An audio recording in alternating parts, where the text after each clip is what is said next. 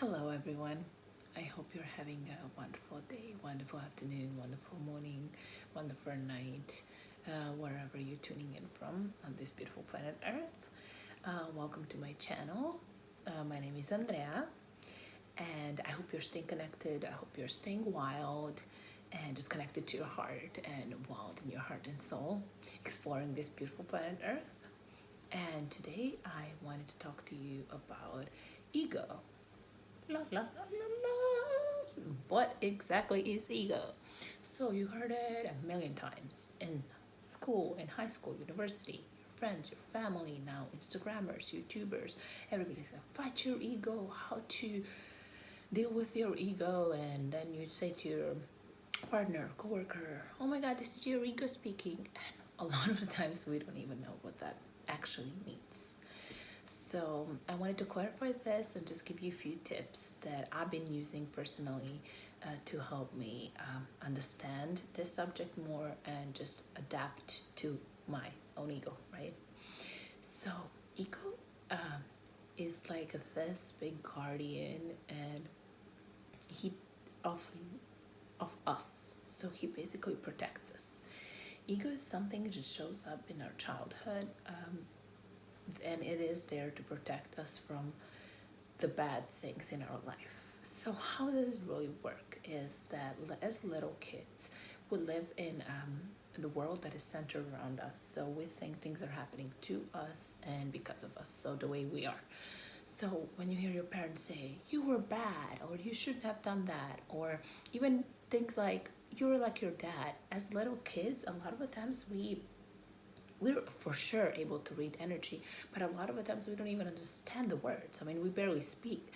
So you can understand the energy when somebody tells you you're bad or you're just like your dad. Even that simple thing sticks with you, and then after a while you don't even need your parents or your guardians or your loved ones to tell you certain things. You tell them and repeat them to yourself.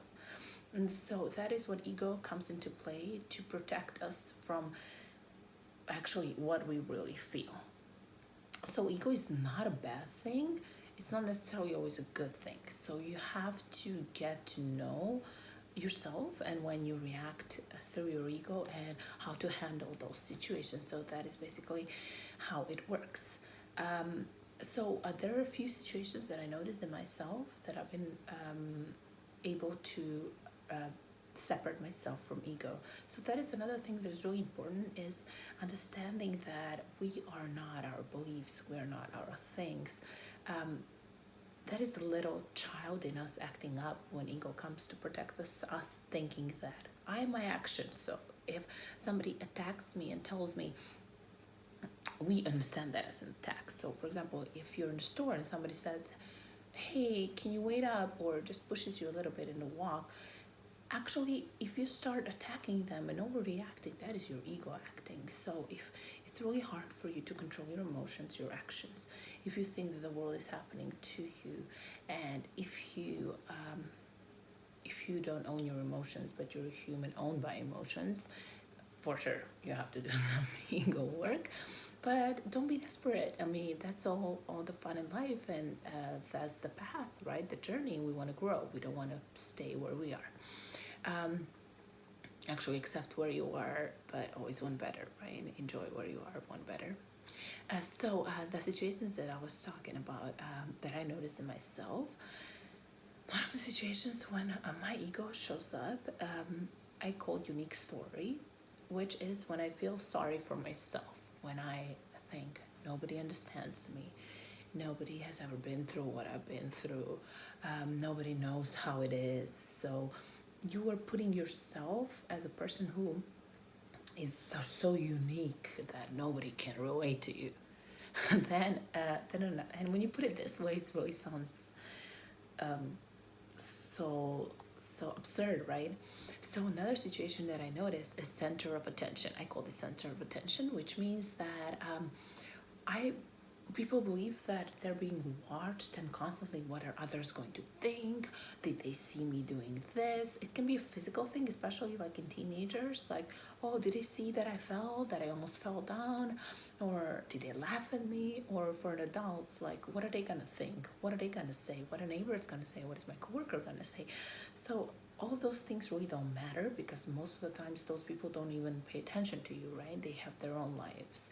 And then another situation that I noticed is hypocrisy. So we all know what is hypocrisy: having double standards, one standard for somebody else, one standard for myself. But that is also ego speaking. But there's another way that I notice hypocrisy. A lot of the times when people are very strict about certain things and judgmental over others doing something. Like, for example, you saying to your coworker or your friend, "I can't believe that you spend so much money on clothes. Like, she's just constantly going shopping. She's constantly spending her money. I really have no idea why she's doing that," and criticizing. A lot of the times we're overly criticizing things that we criticize in ourselves. Yay! Ding dong. So yeah, you were trying to stop yourself from shopping. It's a big pain in your heart. Maybe you've been through something similar with your family, and now you see that in your friend, and you're being overly criticizing over that. And then another situation that ego I notice showing up, and it's really easy to notice it, is when people are unable to relate to others. And I call that sort of stupidity, because you're kind of being stupid. Not really, don't take it personally, but I noticed that in myself. So you would be criticizing somebody and saying things like, "I really don't understand how she can drink so much, and why doesn't she just stop?" Or like, "I don't understand why they are eating too much." Like, people are really harsh when it comes to those things. And I even witnessed one of my friends saying something really rude to about another girl who was eating a lot, and just those kind of things. I don't understand why she doesn't just stop. That is your ego speaking, because you're speaking from your own point of view, like you don't know other people's lives. And that's why I say pseudo stupidity, because you're kind of pretending like you don't really know. Like, or people who have issues with alcohol, or you're like, "Why don't they just stop?" If they could stop, they would stop, right? But a lot of the times, I'm not criticizing people who do that, because me myself, I do all those things, and we just have to be aware of it. So I just wanted you to be aware of the situations where your ego might come out. And then the next thing you want to do is observe it. Watch it. Watch how you react. Be aware of what you say after the word "I." That can be a big sign. What words do you use after "I"? How do you react? How are your emotions showing up in your daily life? And those emotions, like, how are they coming from? Fear? Are they coming from anger? What is the place in my body that they come from? And then try to be observant. That is the first thing I would tell you, and try to slow down. So be present, observant, slow down. Slowing down is a big thing. So when you slow down, you will be able to have more control over certain things in yourself. And then I also have some ideas for you how to actually what to do next, right? These are just a few situations. So number one would be, just ask yourself, how do I feel right now, and why I feel a certain way. And a lot of the times when we overreact, and when we feel like I don't have control over things that are happening to me, it can be easy sometimes to come to an answer. But if you're struggling with it, let's say there is a problem where your partner parked the car in front of a garage, and you can't park your car inside, and you're stuck outside, and you're furious, and you come to the house, and you're like, "You are so inconsiderate, how could have you done that?" And you lash out. But in that situation, you should stop and ask yourself, okay, how do I feel right now? obviously feel angry, right? You can't park your car in the garage because your partner is blocking it. And then you ask yourself, why do I feel this way? I feel this way, I feel angry because my partner blocked my garage, right? And then the thing that really worked like a miracle is, what does this situation mean to me? So not only am I angry, not only I can't park in my garage, what does that mean to me that I cannot park in my garage? Because in all honesty, you can just go in and say, hey, I really am super tired and I just want to go in. Can you just move your car? But no, you're lashing out. So it means more than just move your car, please. So you ask yourself, and for example, that can be, I'm not worthy. My opinion doesn't matter. I don't matter. I'm not loved. And in all those examples, you should do it for yourself. You can see that actually it's not true. And it's not the truth. And then you would just be, okay, I'm actually loved and I am worthy and I do matter. So ego, I'm okay. You don't have to come in and protect me from these things. And really, when I came to this core emotion in me during this work, I was mind blown because subconsciously, reactions with your emotions without thinking happen a lot, and I feel like this is something that everyone can use. And of course, another thing to work with ego, meditation.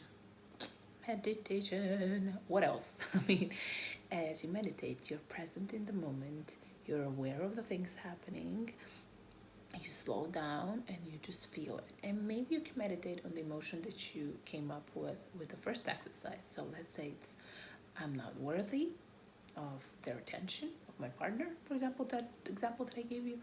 And then you can just meditate on that and say things like, it's okay. You have to grow your own pattern, right? I cannot just tell you the words that I can tell you the words that I use, but you don't have to use the same words. So I would say something like, it is okay. It is okay. I am okay. I am worthy. I am loved. And I don't need you to come in and protect me. And just play with it. Have fun with it. And don't be too harsh on yourself while doing these kind of things.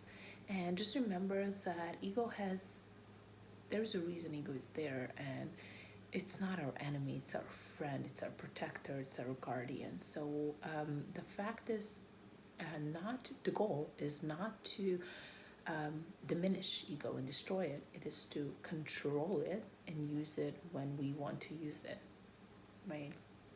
Have fun with it, enjoy, and good luck.